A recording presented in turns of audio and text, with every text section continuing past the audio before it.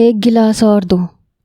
میرے اندر تو جیسے آگ لگی ہوئی تھی جسے میں شراب پی کے بجھانے کی کوشش کر رہا تھا۔ ڈانس ریمپ پہ ناچتی ہوئی اور غیر مردوں کی باہوں میں جھومتی ہوئی لڑکیوں کے چہرے مجھے دھندلائے دھندلائے نظر آ رہے تھے۔ شاید میں نے پہلی بار پی تھی اس لیے اتنا نشہ چھا گیا تھا۔ میں لڑکھڑاتے قدموں سے کلب کے ڈانس ریمپ پہ چلا گیا۔ میں نہ آج سے پہلے کبھی کلب آیا تھا نہ کبھی ڈانس کیا تھا، لیکن آج میں ہر گناہ کرنے کے ارادے سے آیا تھا۔ اس لیے شراب پی تھی کیونکہ مجھے گناہ کرنا تھا۔ شاید گناہ سے ہی میرے اندر لگی آگ بجھ جاتی۔ ڈانس کرتی، نشے میں جھومتی آدھے ادھورے لباس کی لڑکیوں میں سے میں نے ایک کو بازو سے پکڑ کے اپنی طرف کھینچ کے اپنے قریب کیا۔ اس کی برہنہ کمر پہ اپنا ہاتھ رکھ کے فاصلہ مٹانے کی کوشش کی۔ وہ نشیلی لڑکی نشے سے چور آنکھوں سے مجھے دیکھ رہی تھی۔ خوبصورت لڑکی تھی۔ اس نے میرے کندھوں پہ اپنے نازک سفید دودیا ہاتھ رکھ دیے، لیکن مجھ پہ ایسا کوئی بھی سرور نہیں چھا رہا تھا جو شراب کے نشے میں مردوں پہ چھا جاتا ہے۔ میں چاہتا تھا کہ میں بھی کھو جاؤں اس لڑکی کے حسن کو، اور آدھے ادھورے ڈھکے وجود کو دیکھ کے میرے جذبات کو آگ لگ جائے اور میں وہ سب کچھ کر گزروں جو میں کرنے کے لیے یہاں آیا تھا۔ لیکن اس لڑکی کو دیکھ کر، اس کی آنکھوں میں دیکھ کر مجھے اسمارا کی آنکھیں دکھائی تھی جن میں مجھے کبھی پاکیزگی نظر آتی تھی۔ اس لڑکی کا چہرہ، اس کے چہرے کے نقش مجھے یوں لگا جیسے اسمارا کے چہرے میں تبدیل ہونے لگے۔ اس کے نقش اسمارا کے نقوش میں بدلنے لگے۔ اس کا مسکراتا ہوا چہرہ مجھے اس لڑکی کے چہرے میں نظر آ رہا تھا۔ میں بار بار اپنی آنکھیں بند کر رہا تھا، کبھی کھول رہا تھا کہ مجھے اس لڑکی کا اپنا چہرہ نظر آئے۔ وہ کیوں اسمارا کے چہرے میں مدغم سا ہونے لگا تھا؟ ایسے لگا جیسے میرے سامنے کوئی اور لڑکی نہیں، کوئی کلب ڈانسر نہیں، بلکہ اسمارا اس آدھے ادھورے وجود میں ناچ رہی ہے۔ میری نظریں پھر دوسری لڑکی کی طرف اٹھیں جو ایک لڑکے کے ساتھ کپل ڈانس کر رہی تھی۔ وہ بھی کلب ڈانسر تھی اور وہ لڑکا بے خودی میں اس کے ساتھ گستاخیاں کر رہا تھا جس پہ وہ اس کا پورا ساتھ دے رہی تھی۔ لیکن پھر مجھے لگا جیسے وہ لڑکی بھی کوئی اور نہیں بلکہ اسمارا ہے۔ ریمپ پہ ناچنے والی ہر لڑکی کا چہرہ مجھے لگ رہا تھا جیسے اسمارا کے چہرے میں بدل گیا ہو۔ میں نے اس لڑکی کو چھوڑ دیا جس کے ساتھ میں ڈانس کر رہا تھا، بلکہ اس لڑکی کے پاس چلا گیا جو ایک دوسرے لڑکے کے ساتھ ناچ رہی تھی، اور وہ لڑکا بے خودی میں کبھی اس کے چہرے پہ کبھی اس کی گردن پہ اپنے ہونٹوں کا لمس چھوڑ رہا تھا۔ میں پاگل ہو چکا تھا۔ میں نے بڑے غصے سے اس نوجوان کو اس لڑکی سے الگ کیا اور اس لڑکے کو مارنے لگا۔ ایک دم رنگ برنگی ڈانس ریمپ پہ لگی لائٹیں بجھ گئیں اور ایک تیز روشنی پورے کلب میں روشن ہو گئی۔ میں اس لڑکے کے پیٹ پہ بیٹھ کے اندھا دھند اسے مار رہا تھا۔ تم ہوتے کون ہو میری اسمارا کے ساتھ یہ سب کچھ کرنے والے؟ تمہاری ہمت کیسے ہوئی میری اسمارا کے قریب جانے کی؟ میں شاید پاگل ہو گیا تھا۔ کئی نوجوانوں نے مجھے پیچھے کیا۔ وہاں کے مینیجر نے مجھے کلب سے باہر نکال دیا کہ یہاں پہ لڑنا جھگڑنا منع ہے۔ کچھ دیر میں وہیں پہ باہر بنے بینچ پہ بیٹھ کے اپنے ہاتھوں سے اپنا چہرہ چھپا کے رونے لگا، پھوٹ پھوٹ کے رونے لگا۔ کون کہتا ہے کہ گناہ کرنا بہت آسان ہے؟ کون کہتا ہے کہ گناہ میں اتنی کشش ہے کہ انسان رہ نہیں سکتا، اس کی طرف کھینچا چلا آتا ہے؟ میں کہتا ہوں مجھ سے گناہ کیوں نہیں ہو رہا؟ میں گناہ کرنا چاہتا ہوں۔ میں ایک لڑکی کے ساتھ بنا کسی رشتے کے ہر تعلق قائم کرنا چاہتا ہوں، پھر میں کیوں نہیں کر پا رہا؟ مجھے ہر طرف وہ کیوں نظر آ رہی ہے؟ شراب کے کئی گلاس پینے کے بعد بھی میرا دماغ نشے میں اپنا ہوش کیوں نہیں کھو پایا؟ میں اپنے حواسوں میں تھا، پورے ہوش و حواس میں تھا، مجھے سب یاد تھا، حالانکہ میرے قدم ڈگمگا رہے تھے، میرا سر چکرا رہا تھا، لیکن مجھے نشہ نہیں چڑھا تھا۔ میں پھوٹ پھوٹ کے رو رہا تھا۔ اس لڑکی نے میری زندگی کو جہنم بنا کے رکھ دیا تھا۔ پل پل کی اذیت کا سہنا، پل پل مرنا آسان تو نہیں ہوتا۔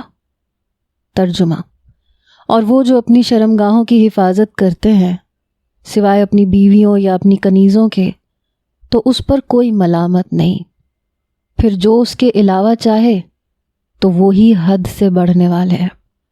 سورہ مومنون کی آیت میرے کانوں میں گونج رہی تھی اور میں اپنے ہاتھ سے اپنا ماتھا پیٹ رہا تھا۔ بیٹا، غیر محرم عورت ایک آگ ہوتی ہے، اس لیے اس سے ویسے ہی بچنا چاہیے جیسے آگ سے انسان بچنے کی کوشش کرتا ہے۔ قاری صاحب، کیا یہ حکم عورتوں کے لیے بھی ہے؟ میں اس وقت 14 سال کا تھا جب میں نے اپنے قاری صاحب سے یہ سوال کیا تھا۔ بیٹا، عورتوں کے لیے بھی ہے۔ قاری صاحب نے قرآن پاک کی آیت سنائی، سورہ احزاب آیت نمبر 53، ترجمہ: جب تم ان سے کوئی چیز مانگو تو پردے کے پیچھے سے مانگو۔ پھر نرمی سے بولے، بیٹا یہ حکم عورتوں اور مردوں دونوں کے لیے ہے کہ غیر محرم سے نظریں بچائیں اور پردہ اختیار کریں تاکہ دل میں برائی کا کوئی بیج نہ بویا جائے۔ ان آیات نے جیسے میری نظروں کو پابند کر دیا۔ میں کسی غیر عورت کو دیکھتا تک نہیں تھا، کوئی سامنے آ بھی جاتی تھی تو نظریں جھکا لیتا تھا۔ آپ یہ بھی سمجھ سکتے ہیں کہ یہ آیات میرے ذہن پہ، میرے دل پہ جیسے نقش ہو کے رہ گئی تھی۔ میں نے ہر اپنے جذبے کی بہت حفاظت کی، حالانکہ اسکول کے بعد کالج میں جاتے ہی لڑکوں کی باتیں بدلنے لگتی ہیں، ان کا رجحان مخالف سمت کی طرف بڑھنے لگتا ہے۔ لڑکیوں سے باتیں کرنا اچھا لگتا ہے۔ بچپن سے لڑکپن کا زمانہ بڑا خطرناک ہوتا ہے، وہ انسان کو سدھار بھی دیتا ہے اور بگاڑ بھی دیتا ہے، کیونکہ خواہشات پہ زیادہ قابو نہیں ہوتا، جذبات عروج پہ ہوتے ہیں۔ اور اس جذباتی عمر میں میرے قاری صاحب نے میرے دماغ میں ایک اچھی چھاپ چھوڑی تھی جو میری شخصیت کو وقت کے ساتھ ساتھ نکھارتی چلی گئی۔ اب یہ بھی نہیں کہ میں کوئی مولانا ٹائپ کا انسان تھا۔ داڑھی نہیں رکھی تھی میں نے، میرے والد کی ملک پیک کی کمپنی تھی، میں اپنے والد کے ساتھ ہی کام کرتا تھا۔ مردوں کے ساتھ ساتھ خواتین بھی ہماری کمپنی میں کام کرتی تھیں، لیکن مجال ہے کہ میری آنکھوں نے کبھی گستاخی کی ہو۔ اب یہ بھی نہیں کہ دل نہیں چاہتا تھا، دل میں برے خیالات نہیں ابھرتے تھے۔ ایک نظر کسی خوبصورت لڑکی پہ پڑتی تو دل بے ایمانی پہ اکساتا تھا کہ کیا خوبصورت خدا کی تخلیق ہے۔ ارے خدا کی تخلیق کو دیکھنا گناہ نہیں ہے، دیکھ لو۔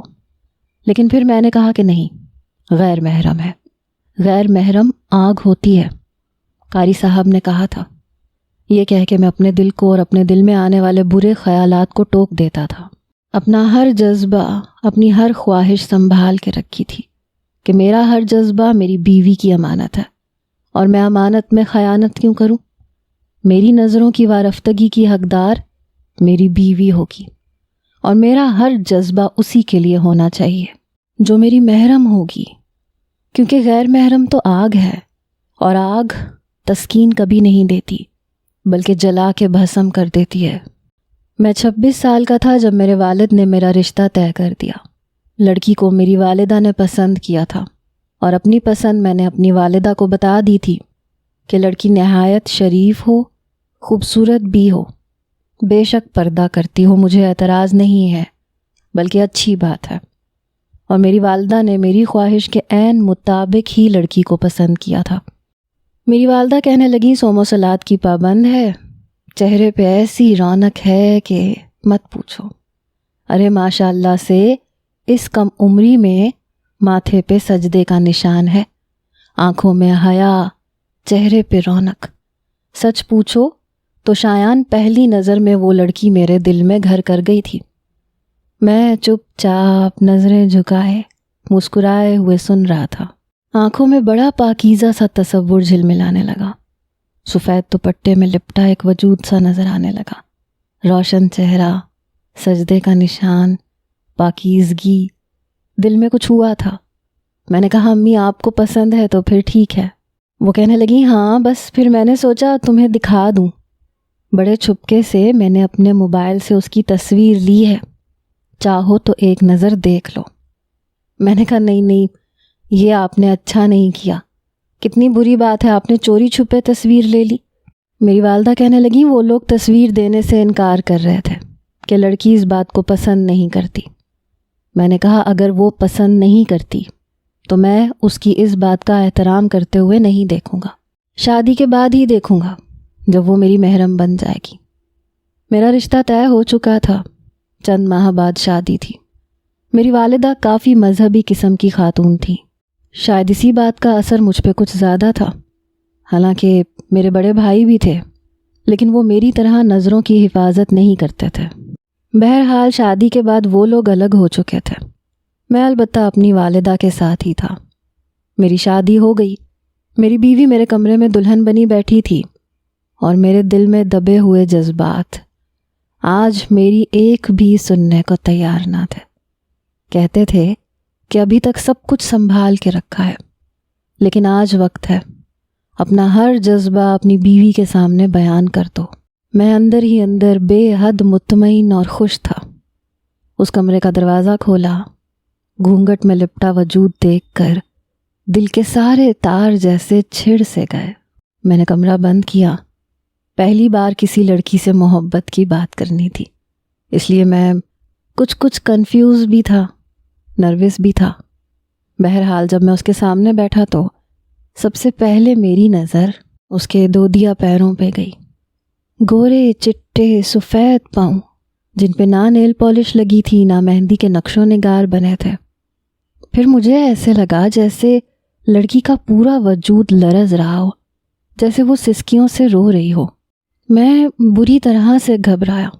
وہ شاید اپنی سسکیوں کو روکنے کی اور دبانے کی کوشش کر رہی تھی۔ میں نے کہا، آپ ٹھیک تو ہیں؟ اس نے اس بات میں سر ہلایا۔ میں نے کہا، شاید مجھے غلط لگ رہا ہے کہ آپ رو رہی ہیں۔ وہ کہنے لگی، جی میں رو رہی ہوں۔ اس لڑکی نے اعتراف کیا۔ میں نے کہا، اچھا وہ گھر والوں سے جدائی کی وجہ سے؟ اس نے کوئی بھی جواب نہیں دیا۔ میں نے کہا، یہ سب تو دنیا کا نظام ہے، صدیوں سے ایسے ہی چلتا آ رہا ہے۔ ہمارے پیارے نبی صلی اللہ علیہ وآلہ وسلم نے بھی تو اپنی بیٹیوں کو رخصت کیا تھا۔ جب انہوں نے بیٹیوں کو نہیں رکھا تو کوئی کیسے رکھ سکتا ہے؟ ہر عورت کو باپ کا گھر چھوڑ کے شوہر کے گھر آنا پڑتا ہے، دنیا کا نظام ہے۔ یہ کہتے ہوئے میں نے اس کے گود میں رکھے ہاتھ پہ اپنا ہاتھ رکھا۔ لڑکی کے ہاتھ برف کی مانند ٹھنڈے تھے۔ فوراً سے اس نے میرا ہاتھ پیچھے کو جھٹکا۔ میں سمجھ گیا کہ فطری گھبراہٹ ہے، ہر لڑکی کو ہوتی ہے، اور پھر وہ تو نیک پارسا تھی۔ میں نے کہا، دیکھیں، میں آپ کا شوہر ہوں، آپ کا محرم ہوں۔ لیکن وہ پیچھے ہٹ کے بالکل بیڈ کے کراؤن سے جا کے لگ گئی۔ میں نے کہا، اسمارا، کیا بات ہے؟ ابھی تک میں نے اس کا چہرہ نہیں دیکھا تھا کیونکہ گھونگھٹ میں چھپا ہوا تھا۔ کہنے لگی، کچھ نہیں۔ میں اس کے قریب ہوا، پھر اس کا گھونگھٹ اٹھا کے پلٹ دیا، اور میں آنکھیں جھپکنا بھول چکا تھا۔ جو کچھ میری والدہ نے بتایا تھا وہ اس سے کہیں گنا زیادہ حسین تھی، اتنی حسین کہ میں سچ مچ اسے دیکھتا رہ گیا۔ دلہن کے روپ میں وہ کوئی اپسرا لگ رہی تھی، وہ افسانوی حسن کی مالک تھی۔ ایسی حسین لڑکی شاید میں نے اپنی زندگی میں پہلے کبھی نہیں دیکھی تھی۔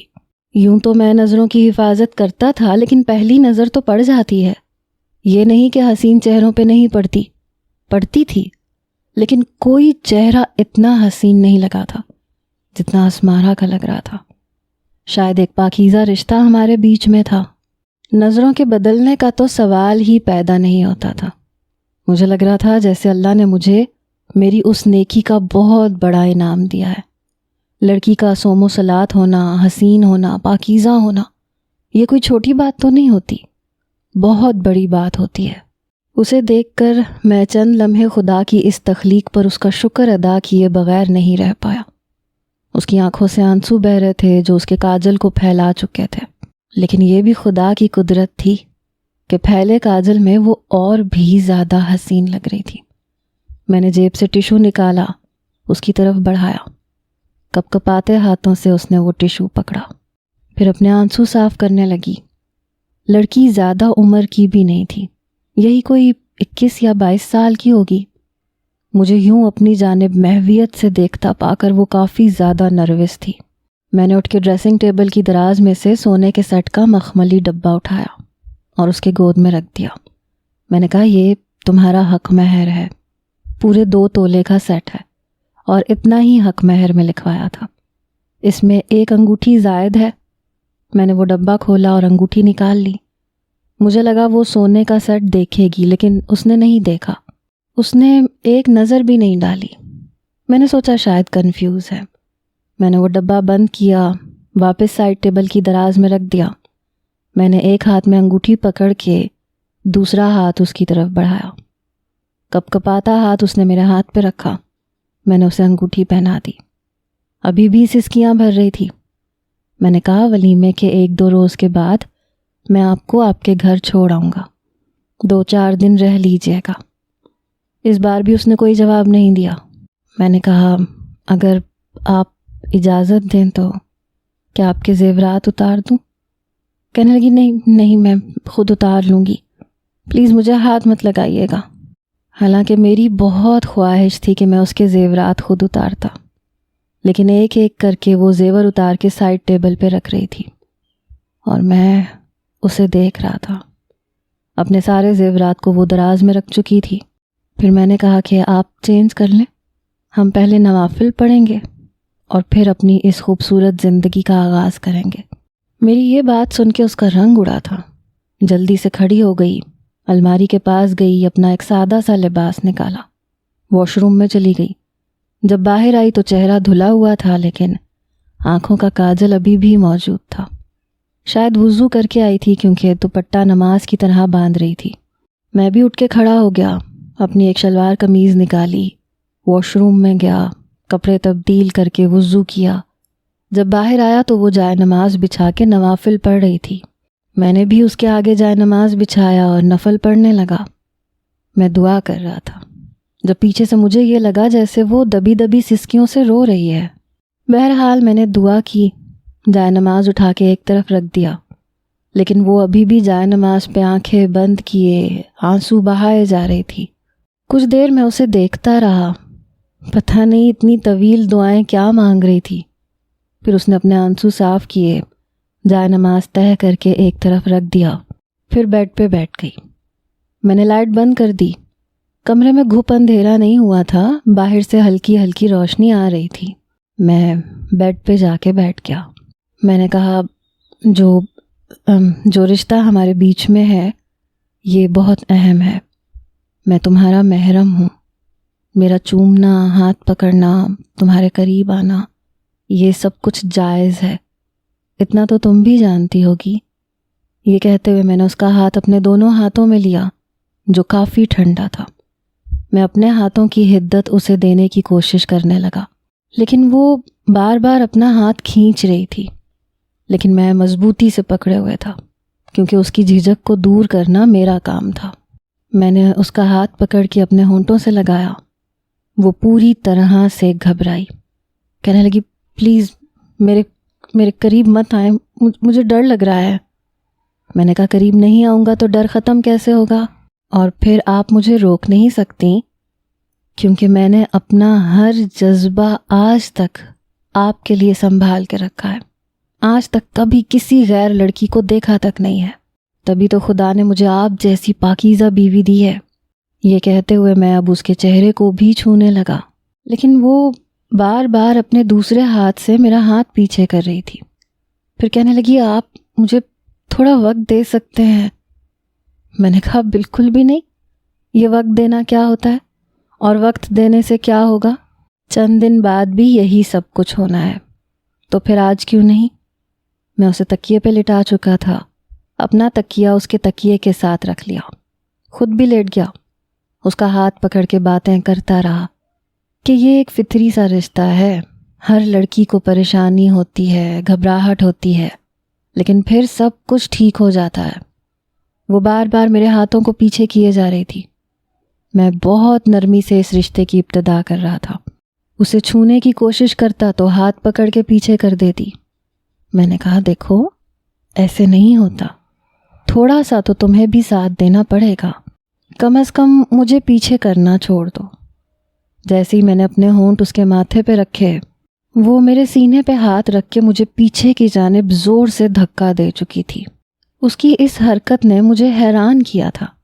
پھر اٹھ کے بیٹھ گئی، رونے لگی۔ میں اس کی شکل دیکھتا رہ گیا۔ کہنے لگی آپ کو سمجھ کیوں نہیں آ رہا؟ مجھے کچھ ہو رہا ہے، مجھے ڈر لگ رہا ہے، مجھے خوف آ رہا ہے۔ وہ واقعی بدحواس تھی۔ میں نے کہا اچھا ٹھیک ہے، ایسا کرو کروٹ لے کے سو جاؤ، کوئی بات نہیں۔ وہ بیڈ کے بالکل کنارے پہ لیٹی تھی اور میں ٹھیک سے سو بھی نہیں پایا۔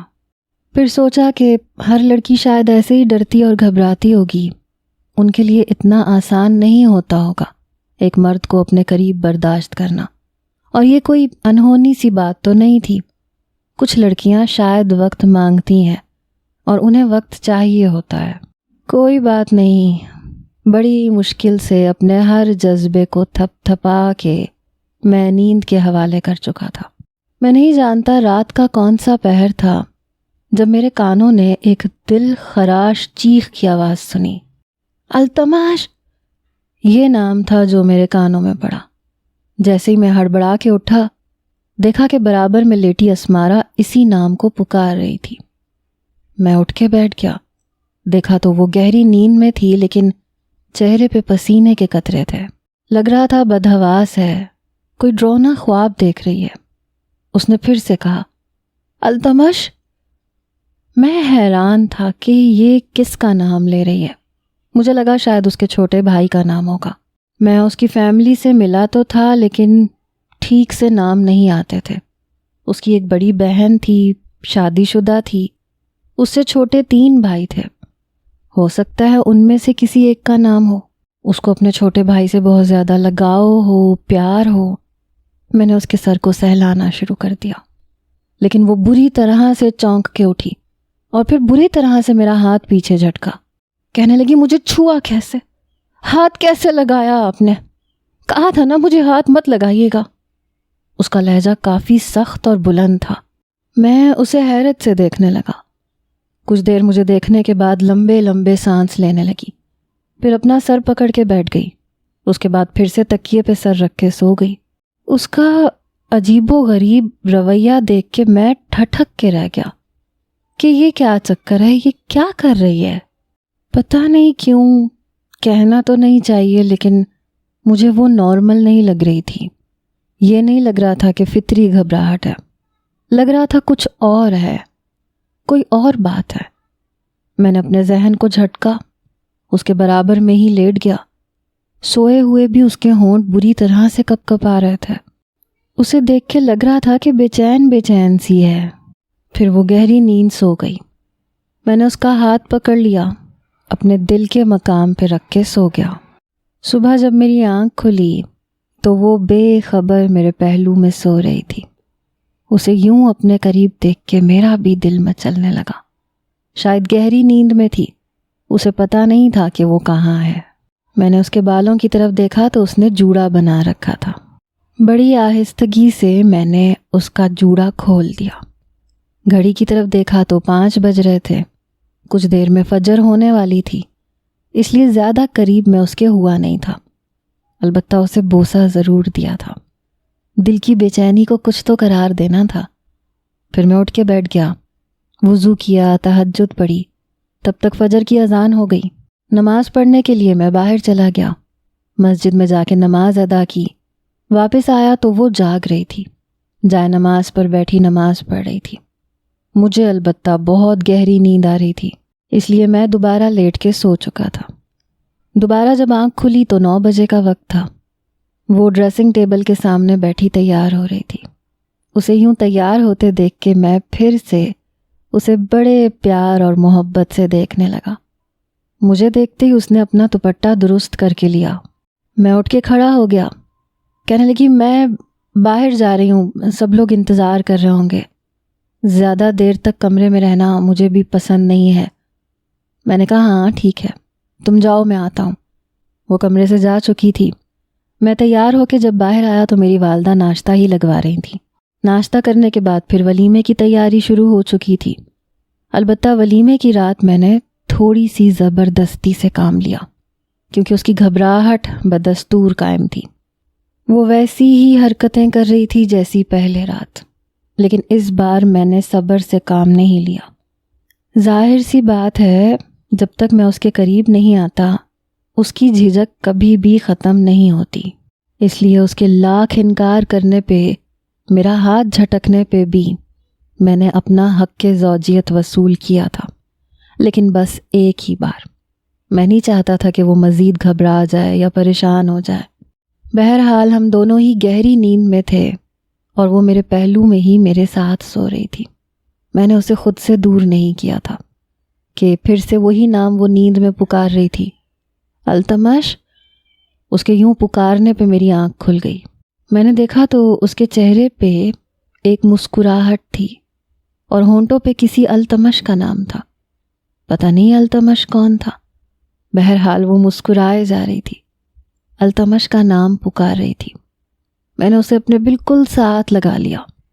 شاید اس کی آنکھ کھلی، پھر وہ بری طرح سے گھبرائی اور چونکی بھی۔ وہ جاگ گئی تھی۔ میں نے اس کے کندھے پہ اپنے لب رکھے۔ میں نے کہا، کون ہے یہ التمش؟ میری بات سن کے اس نے نافہمی سے مجھے دیکھا۔ کہنے لگی، کون؟ میں نے کہا، جسے تم نیند میں پکار رہی تھی۔ تمہارے بھائی کا نام ہے؟ چھوٹا بھائی ہے، کون ہے؟ میں نے خمار آلود لہجے میں پوچھا۔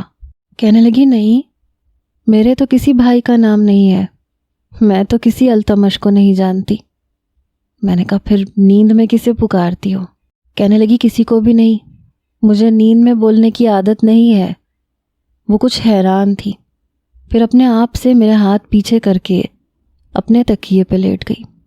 کہنے لگی، میں سونا چاہتی ہوں، پلیز، مجھے یوں نیند نہیں آتی۔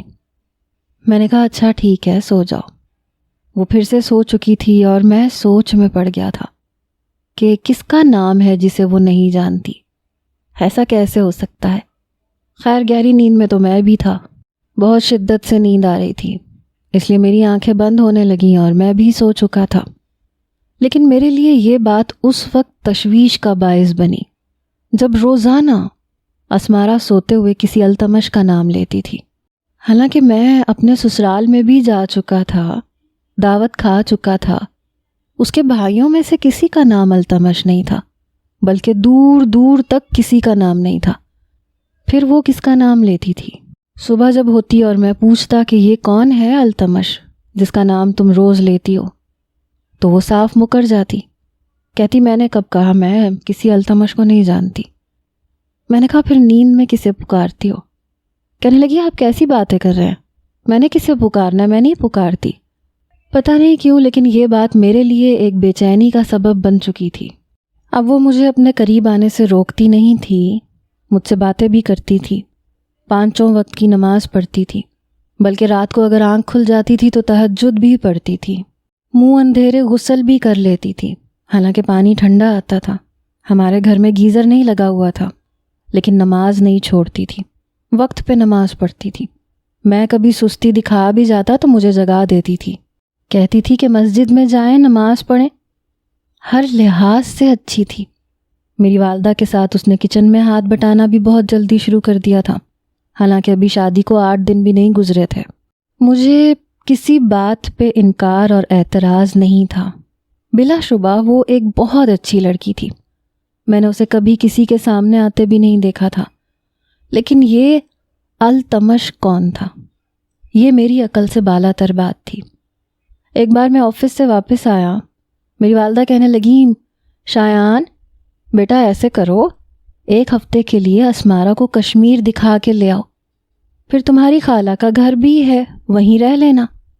میں اسے اپنے ساتھ کشمیر لے گیا۔ خالہ ہم دونوں کے گلے لگیں کیونکہ شادی پہ ان کا آنا نہیں ہوا تھا، اس لیے اسمارا کو دیکھ کے کہنے لگیں، تمہاری بیوی بہت پیاری ہے، کشمیر کی ہی لگتی ہے۔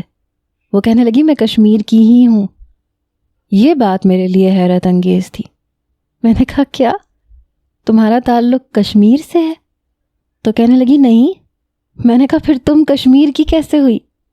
کہنے لگی، پتہ نہیں، بس ایسے لگتا ہے کہ یہاں پہلے آ چکی ہوں، شاید بچپن میں آئی ہوں گی امی ابا کے ساتھ، ابا کے دوست یہاں ایک کشمیر میں ہوتے ہیں۔ میں نے کہا، اچھا۔ بہرحال خالہ کے ساتھ وہ کافی گھل مل گئی، باتیں کرتی رہی، ان کے ساتھ کھانا بنانے میں بھی مدد کرتی رہی۔ شام کو ہم لوگ باہر نکل گئے، ہاتھوں میں ہاتھ لیے کشمیر کی وادیوں کو دیکھنے لگے۔ جہاں خالہ کا گھر تھا وہاں سے بہت خوبصورت مناظر بھی تھے۔ ہم لوگ مغرب سے کچھ پہلے واپس آئے۔ مغرب کی نماز کے بعد کافی دیر وہ جائے نماز پہ بیٹھی، نہ جانے کیا پڑھتی رہتی تھی۔ آدھا گھنٹہ جائے نماز سے اٹھتی ہی نہیں تھی، اور پھر رات کا کھانا کھانے کے بعد جب ہم لوگ سو گئے تو اسمارا نے التمش کا نام لے کے ایک ایسی حرکت کی کہ میرے ہوش اڑ کے رہ گئے۔ اس نے